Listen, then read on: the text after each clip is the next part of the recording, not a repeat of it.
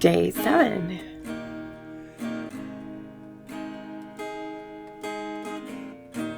Job 7.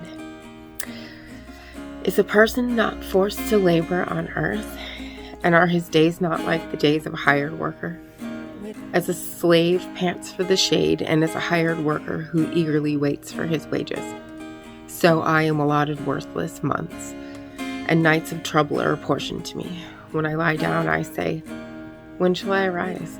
But the night continues, and I am continually tossing until dawn. My flesh is clothed with maggots and a crust of dirt. My skin hardens and oozes. My days are swifter than a weaver's shuttle, and they come to an end without hope. Remember that my life is a mere breath. My eye will not see goodness again. The eye of him who sees me will no longer look at me. Your eyes will be on me, but I will not exist.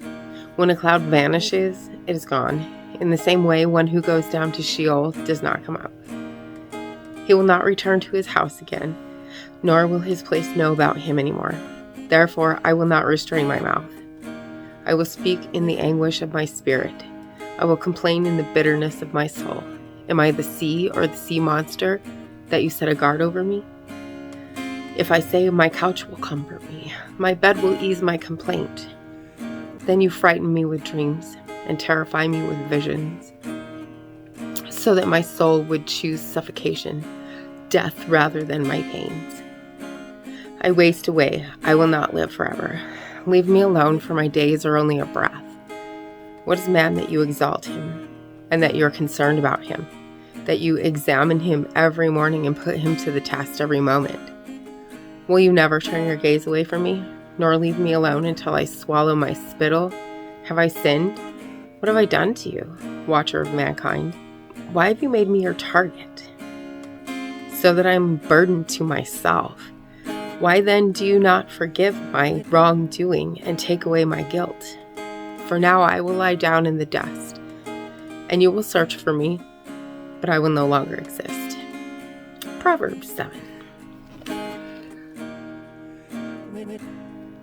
My son, keep my words and treasure my commandments within you.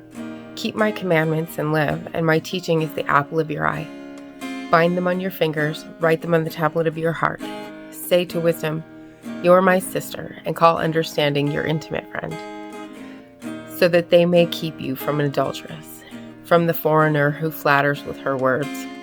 For at the window of my house I looked out through my lattice, and I saw among the naive and discerned among the youths a man lacking sense, passing through the street near her corner, and he walks along the way to her house, in the twilight, in the evening, in the middle of the night and the darkness. And behold, a woman comes to meet him, dressed as a prostitute and cunning of heart. She is boisterous and rebellious, her feet do not remain at home. She is now in the streets, now in the public squares, and lurks by every corner.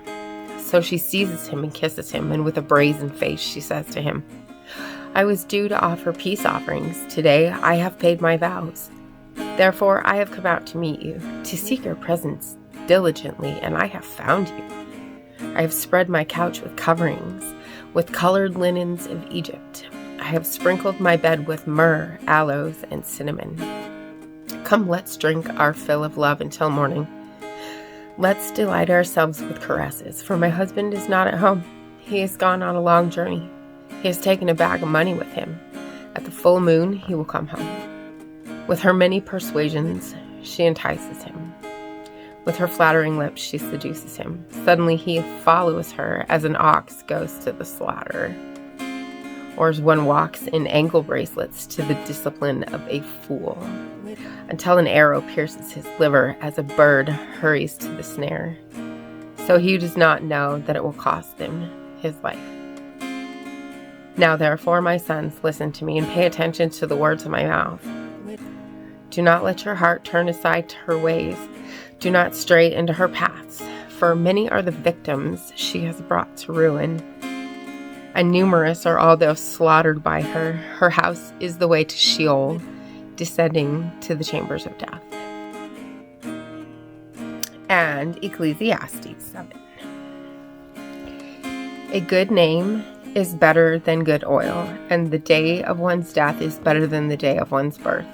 It is better to go to a house of mourning than go to a house of feasting, because that is the end of every person, and the living takes it to heart. Sorrow is better than laughter, for when a face is sad, a heart may be happy. The mind of the wise is in the house of mourning, while the mind of fools is in the house of pleasure. It is better to listen to rebuke of a wise person than for one to listen to the song of fools. For as the crackling of thorn bushes under a pot, so is the laughter of the fool. And this too is futility. For oppression makes a wise person look foolish, and a bribe corrupts the heart. The end of a matter is better than its beginning. Patience of spirit is better than arrogance of spirit. Do not be eager in your spirit to be angry, for anger resides in the heart of fools. Do not say, "Why is it that the former days were better than these days?" For it is not from wisdom that you ask about this.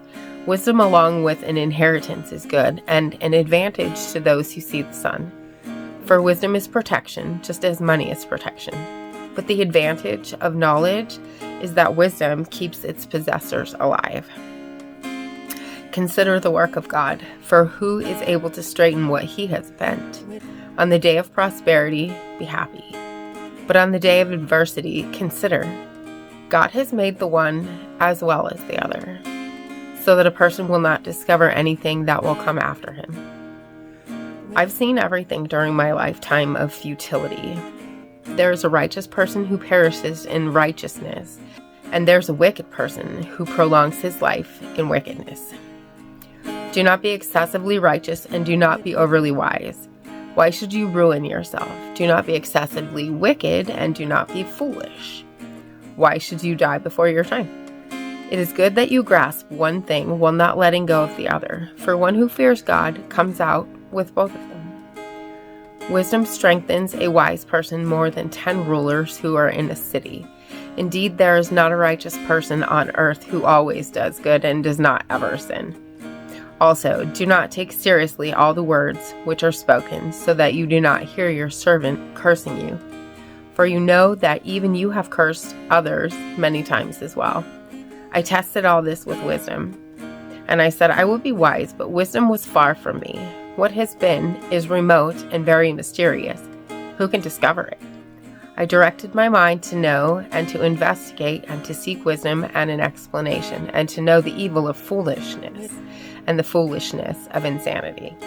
And I discovered as more bitter than death the woman whose heart is snares and nets, whose hands are chains. One who is pleasing to God will escape from her, but the sinner will be captured by her. Behold, I have discovered this, says the preacher, by adding one thing to another to find an explanation, which I am still seeking but have not found. I have found one man among 1,000, but I have not found a woman among these.